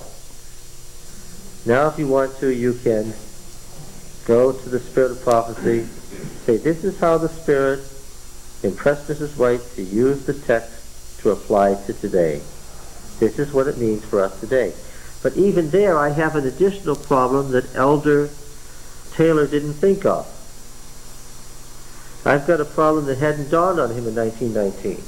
I may not be able to quote the Spirit of Prophecy application and say this is what it means for the church today. Why? It may be what the proper use of the text was for the church in 1893, and what? 100 years later, that may not be a proper use of the text. Yes. And now I've got the same English language, and it looks familiar, and I think that I know what I'm talking about. Here it says not to gather large libraries. Not to read popular works of fiction, and not to gather large libraries. That money spent on a large library is a curse, that God curses people who do this and so forth. Well, the college has a large library.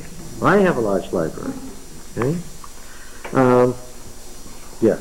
And the curse of God rests on me for my large library? Well, okay, so now in 1874, I go back and I'm studying along, trying to find out what's going on here. Yeah. Saying to myself, it can't mean what it says. But if it does, what? If it turns out that that's what it means, if that's really what it means, then what am I going to have to say? Well, this is the principle of all research. If that's what it means, then I'm going to have to say, that's what it means. And we're all off on the wrong foot. Okay? So what do I discover in 1874 is at the height of its popularity? I look and I discover, and I do a curve. First century of literacy in the United States. Wave after wave of immigration. Public education. By 1874, first generation readership has reached a height never seen before in the Western world. People are reading voraciously. There's money to be made in writing almost anything. People are reading. Reading is the big pastime, besides the circus, right? There's the circus and there's reading, but you only get the circus once a year, and maybe you get camp meeting once a year, which is a religious circus. Same kind of thing, tents and everything. And then there's reading. And what did people write? Story papers, story magazines. Story paper was a soap opera. Just when the gal was going to be raped, it said, to be continued next week. Okay? An awful thing. And the woodcut on the front showed her about to be raped. And man, you're just like this. And it's gone. You see, it's the soap opera principle. And there's a direct line of descent. And then that was what the ladies, there was a halter made. You could buy one through the Sears catalog that held the story paper or the book in front of you so that you could go about your house chores with what? With your story paper right there. So that you wouldn't have to do the dishes and not have it in front of you. It's sort of like having a television in every room. Okay? And then, that was fine. But what did boys and men read?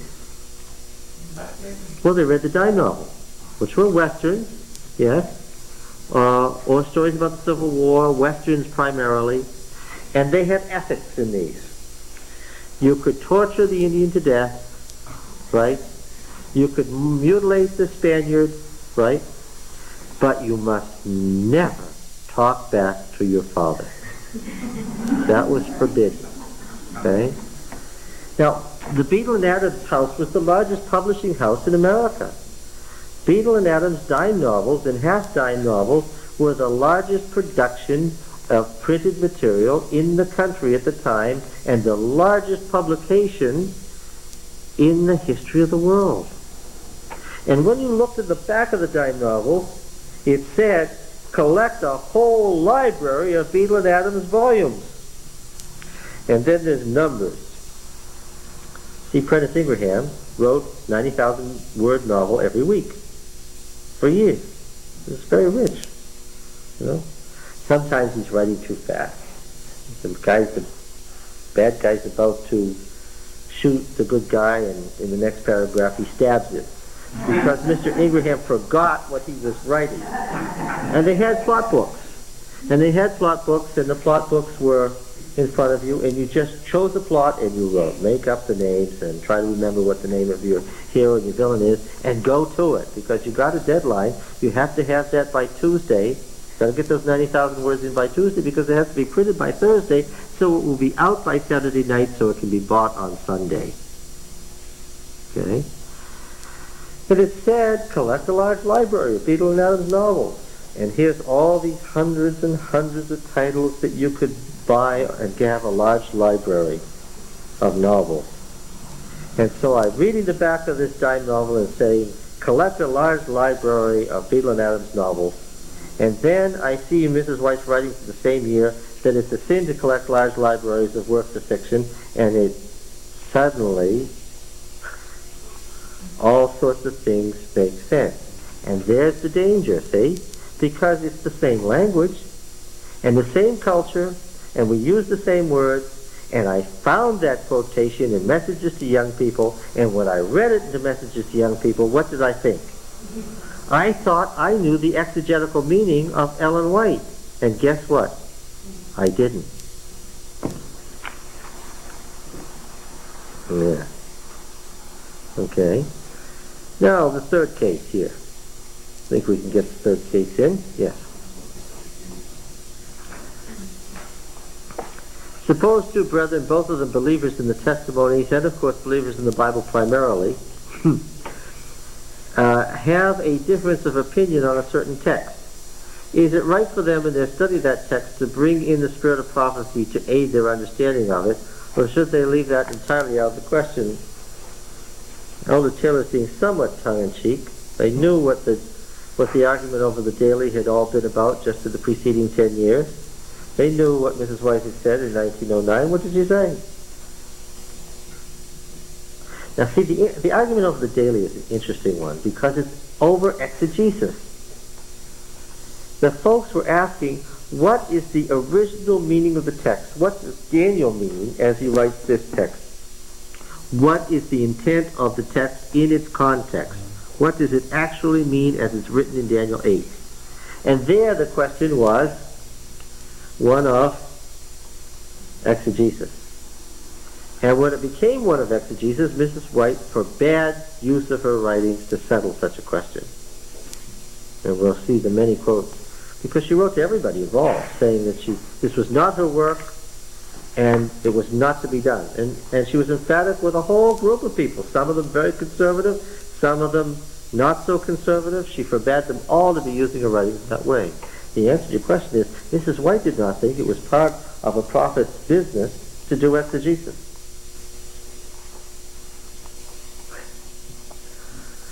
So this is a terrible thing here. If you follow this consistently, it's easy if it's just Genesis 6 and who the sons of God were who married the daughters of men. Okay? Right? Because that's of no real consequence to it, is it? Not a big Seventh-day Adventist doctrine. To exegete Genesis through Numbers on the Sabbath and use Mrs. White as an exegetical tool on the Sabbath in P is what? Now let me tell you something. The Sabbath in P is of no greater significance than what is the meaning of the daily in Daniel 8, the Seventh-day Adventism. And Mrs. White forbade discussion of the daily in Daniel 8 on the basis of her writings. You couldn't get anything that was more central. That's the paragraph about the 2300 days. This is the issue, the center of the issue. What sanctuary is being talked about? What is it that's taken away and by whom? There's nothing more central than that. If she wouldn't allow her writings to be used for that, then what do I have to say about exegesis? They can't be used to establish points of exegesis on anything. By the way, the Bible does address itself to authority in the church in 1 Corinthians 12 to 14. Remember this passage about the body and the different, and the tongues and so forth?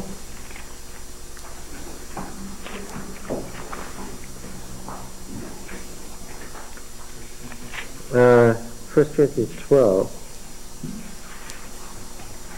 Remember the varieties of gifts in one, right? Paul says, now there are varieties of gifts but the same Spirit, and there are varieties of service but the same Lord.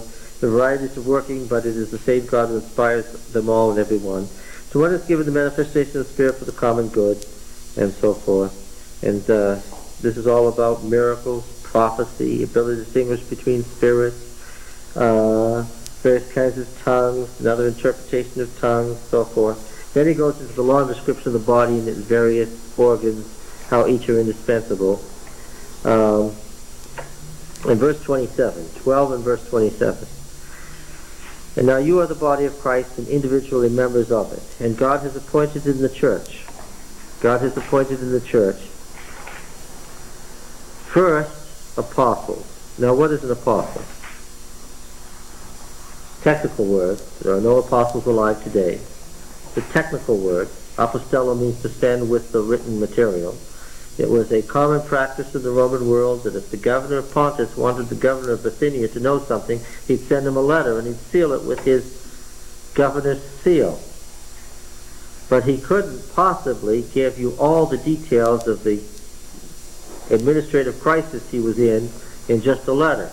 It took way too much time and expense to write a letter in those days. So what did he send with the letter? He would get someone who was familiar with the problem and he would say, listen, Timothy, here's the situation. Let me tell you about it. And after he finished telling him what he's saying, say, now I've explained this briefly to the governor in this letter. I want you to take the letter to him and what? Have him read it and what? And you explain explain it.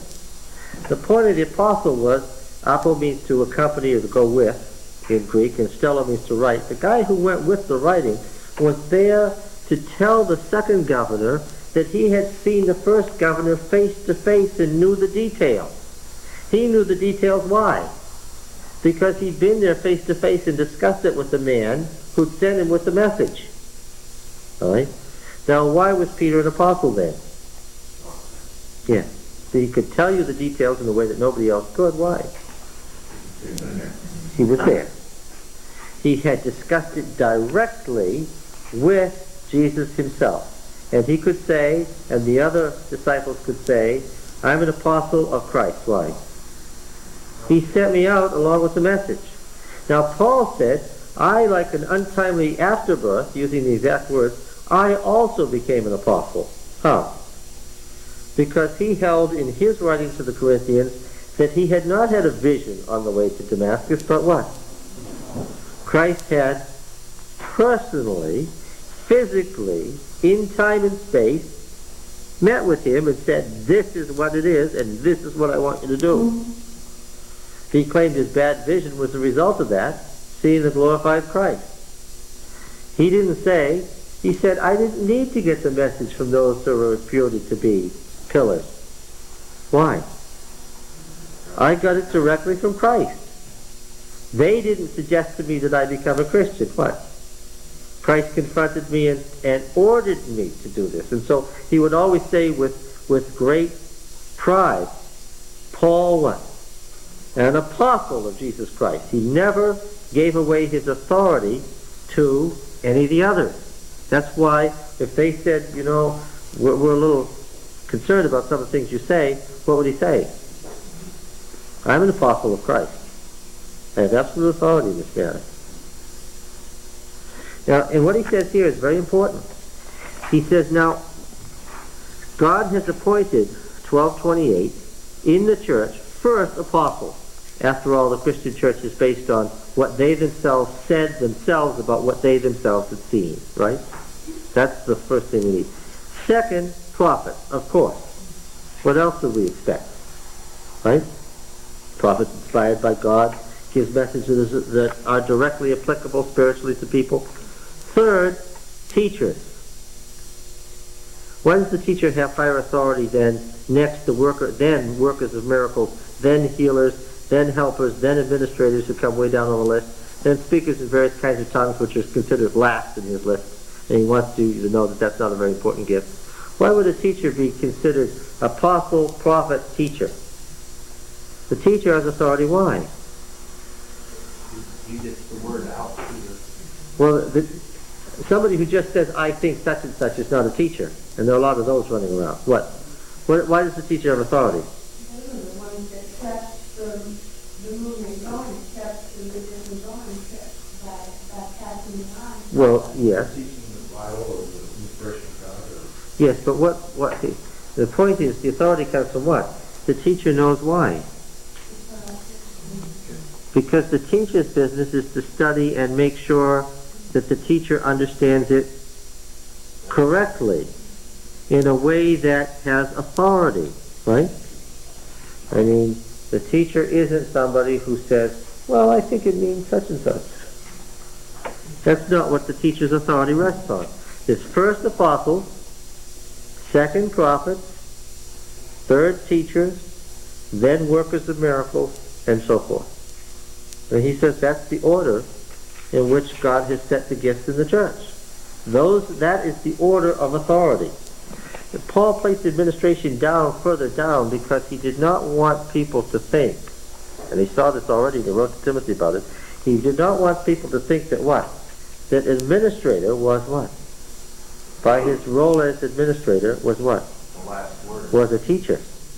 Because the administrator is not a teacher and has a different kind of authority with different responsibilities. When you get the administrator as the teacher, then you have ex cathedra, then you have the papacy. Right? Yes? Was the church ever intended to be organizational in the sense of Yes. Jesus organized the church and he set aside people by ordination. He set aside the 12, and then the 70 for a lesser thing, and then the deacons for another thing. Reading Timothy, the letters to Timothy and Titus, when Paul knew he was dying, he talked about church order and the roles of the bishops and the various kinds of things that the church must do. Yeah, it was organized for service. Yeah, it had to be organized. Christian church was organized very similarly to the way the Old Testament church was organized at the time of the Exodus.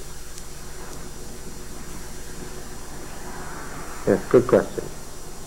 But Israel itself has been organized in Israel Christ into, and you brought the church out of, right? Yes, and some of that organization didn't need to be repeated at the time of the New Testament church because the organization that God had to bring out of chaos at the time of the Exodus, the Christian church could be organized after in the mold of the Jewish religion, which was highly organized. So they didn't have to go through that same problem. Is anything clearer now than before? All right. Please read the rest of this article next week. What? Did you try to understand what the daily was? Or did you see their curiosity? Oh no, I deliberately didn't tell you what the daily was. We'll read In the Shadow of the Daily and then we'll discuss it, I promise.